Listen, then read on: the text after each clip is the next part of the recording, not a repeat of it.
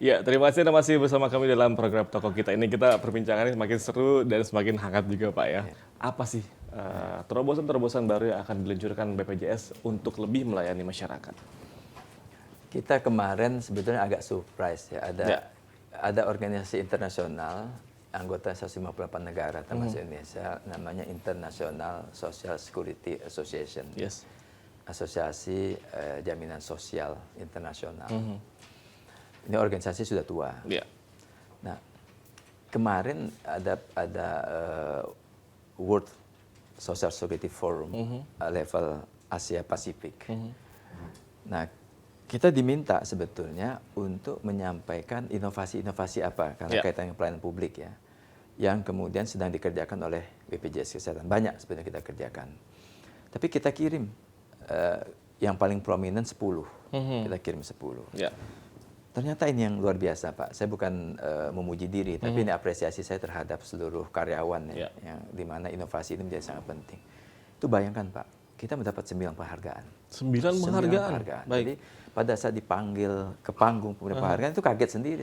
Sekjennya orang Polandia namanya Kon Koleski. Presidennya dari Jerman namanya Joachim Bauer. Sampai dia mengumumkan itu dan memberikan Apresiasi. plakat itu bingung, megang 9 itu gimana gitu 9. Nah karena kita berorientasi bagaimana proses bisnis ini menjadi baik. Ya. Karena kita punya satu yang semua orang tahu bahwa proses itu tidak pernah mengkhianati hasil. Betul. Ya. Kalau prosesnya bagus, insya Allah hasilnya akan bagus.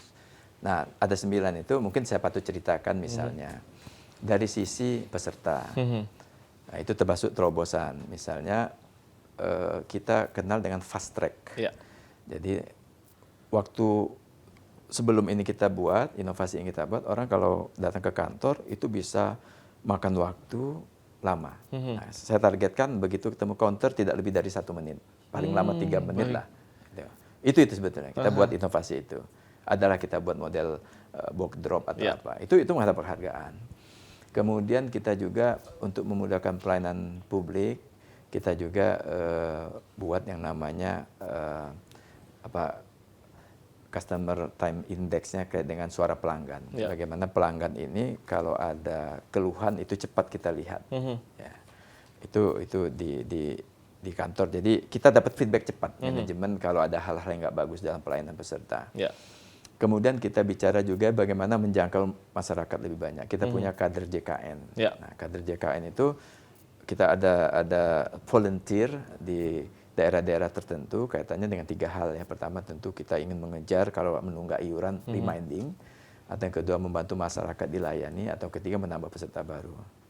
Nah satu lagi yang sekaligus, nah ini gambar belakang ini nih, mobile JKN ini. Baik. Nah ini fenomenal ya, artinya dunia mengakui dan juga di Indonesia. Saat bersamaan ada 400 kementerian lembaga itu diminta oleh Menteri PAN, Pendayaan Aparatur Negara dan Reformasi Birokrasi, pelayanan publik apa yang inovasi baru. Dari 400 itu 99 masuk seleksi, dari 99 3-nya itu dicari 3, tidak 1, 2, 3. 3 yang akan dikirim ke Turin nanti itu termasuk BPJS Kesehatan lewat mobile JKN. Jadi semua urusan itu tidak perlu ke kantor BPJS. Sudah download belum? Nah, kalau belum berarti download, abis ini langsung download ya. Lihat. Nanti lihat di situ bisa lihat riwayat pengobatan, bisa berubah fasilitas kesehatan. Kemudian banyak hal-hal yang dikerjakan di kantor bisa seperti mobile banking lah, mobile banking yang kemudian hampir sebagian besar orang tidak perlu ke kantor lagi. Jadi banyak yang sudah dikerjakan baik. Apresiasinya itu. Kita tidak lembaga yang ya kan banyak juga lembaga-lembaga itu tiba-tiba kasih apresiasi banyak. Saya akan tolak dan itu. Semua inovasi yang sudah dilakukan oleh BPJS ini bisa langsung dirasakan oleh masyarakat saat ini, Pak. Bisa langsung dirasakan. Baik. Kita ke pertanyaan selanjutnya, Pak. Ini yang mungkin bisa dikatakan cukup hot issue ini Pak Fahmi. Ini kan bisa dikatakan ataupun banyak kabar mengenai BPJS Kesehatan katanya mengalami kerugian ataupun defisit. Ini sebenarnya kondisi seperti apa sih Pak Fahmi? Nah, jadi begini, agak panjang mungkin ceritanya ini ya. Jadi prinsip program ini adalah anggaran berimbang. Ya, dari awal program ini pendapatan dan pengeluaran itu mesti balance.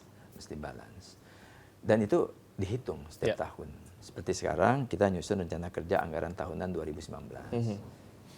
Tahun 2017 anggaran 2018. Kita sudah melihat pengesahan anggaran oleh Dewan Pengawas, kemudian biaya operasional, Menteri Keuangan, Menteri Kesehatan dan DJSN juga terlibat di dalamnya.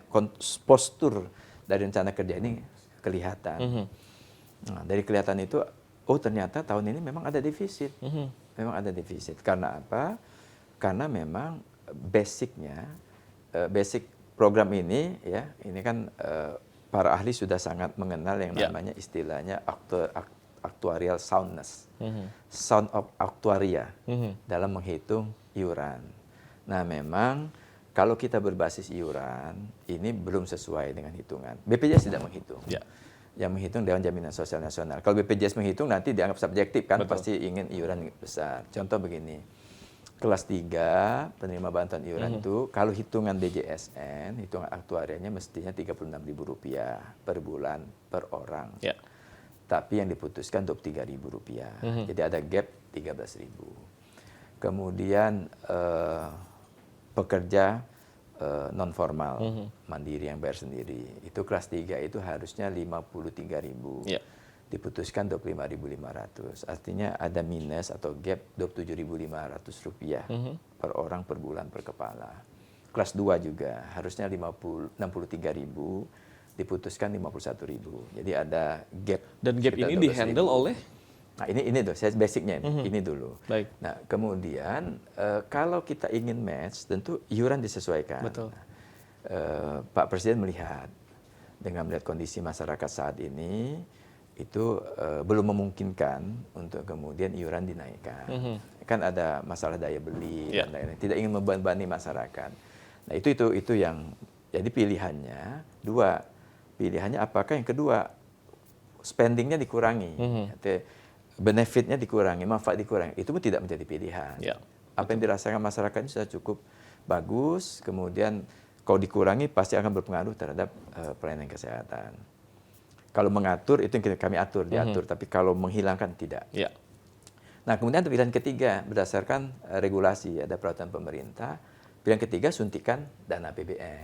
Nah, jadi suntikan dana APBN inilah yang kemudian yang menjadi komitmen untuk disiapkan pemerintah. Memang pemerintah mengeluarkan suntikan APBN ini tidak mudah. Harus ada review, dilihat sudah bekerja benar nggak di BPJS. Jangan-jangan ada pekerjaan yang belum dikerjakan dengan baik. Harus komit.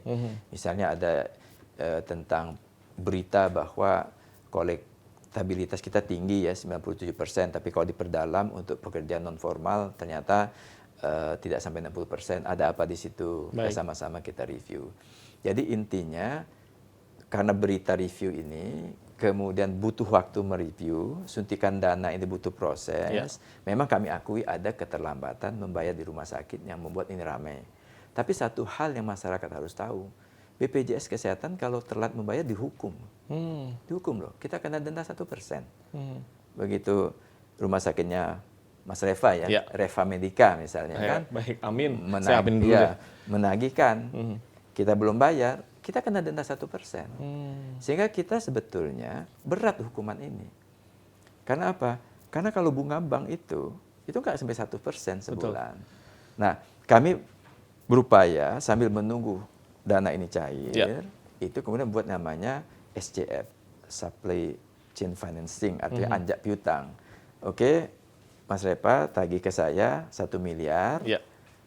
Saat ini belum ada, kita cari kolateral, kita kerjasama dengan perbankan, pihak ketiga, lembaga keuangan, untuk kemudian tetap melayani masyarakat. Jangan berhenti pelayanan. Kunci kami adalah jangan pernah pelayanan ini berhenti. Sehingga kita cari program untuk menutup ini dulu. Toh pada saatnya kalau uangnya dibayarkan, itu dibayarkan dengan denda. Jadi sudah terjawab ya hot isunya, insya Allah pemerintah komitmen untuk menghandle gap tadi gitu Pak ya. Kami ingin menyampaikan satu hal sebelum ditutup ini ya. Karena semangat menutup ini. Saya semangat untuk memberikan informasi kepada masyarakat. Jadi kita mengembangkan rujukan online. Ini revolusi sistem pelayanan luar biasa, tidak mudah ya. Sebelum ada era ini, seseorang itu berobat bisa kemana saja. Tergantung kemampuan uangnya. Ada yang berobat ke dukun, ada berobat sendiri, ke warung, ada langsung subspesialis, ada yang ke spesialis, ada yang ke dokter umum. begitu sistem ini jalan kita tertata lewat rujukan. Orang punya akses semua ke fasilitas kesehatan tingkat pertama. Puskesmas, dokter praktik perorangan, dokter umum, atau klinik pertama. Dari situ mereka baru dirujuk ke rumah sakit kelas CD atau kelas AB. Nah, tapi pada masa itu masih dari tingkat pertama bisa langsung ke rumah sakit kelas A, misal RCM. Akibat RCM-nya penuh nih. Sekarang kita buat dengan sistem online, tertata. Nggak bisa langsung ke RCM, harus ke rumah ada kelas rujukan C, dulu. kelas D. Nah, ini memang menimbulkan sedikit disruptif. Ya. Jadi merasa biasa di sana, kok mesti di sini. Betul. Tapi kita ingin membuat sesuatu mudah dan pasti. Dengan rujukan online itu pertama, mereka nggak perlu bawa berkas. Ya. Kemudian kedua ada kepastian waktu layanan. Betul. Jadi nggak perlu menunggu lama. Tidak perlu menunggu lama. Nah, ini sedang kita tata. Memang menata yang baru ini tidak mudah. Betul. Nah, kami saat ini terus uji coba sampai ketemu satu format di mana bahwa manfaat terbesar sistem ini adalah dalam istilah WHO, bukan saya kelihatan pandai ya. WHO itu menyatakan ya adanya health system strengthening. Ada penguatan sistem kesehatan, sistem pelayanan kesehatan. Kalau tidak, kita hanya spending uang saja, Pak. Betul. Kita harus membenahi sistem. Jadi keluhan-keluhan masyarakat pun saat ini bisa langsung melalui JKN Mobile ini, Pak ya? Mobile atau 1.500-400, kantor cabang terdekat, kita juga punya kontak di situ. Baik, ini sudah ada instruksi langsung dari Dirut BPJS pada masyarakat yang memang ingin mengadukan ataupun keluhan-keluhan bisa langsung ke JKN Mobile ini, Pak ya? Atau 1.500-400. Atau 1.500-400. Baik, semoga perbincangan kita bermanfaat dan juga memberikan informasi kepada masyarakat. Akhir kata, terima kasih banyak Pak Fahmi Idris, Dirut terutama BPJS Kesehatan telah meluangkan waktunya bersama kami JAK TV dalam program Toko Kita. Dan pemirsa, akhir kata, saya Refa Fadani pamit undur diri. Wassalamualaikum warahmatullahi wabarakatuh. Waalaikumsalam warahmatullahi wabarakatuh. Terima kasih, Mas.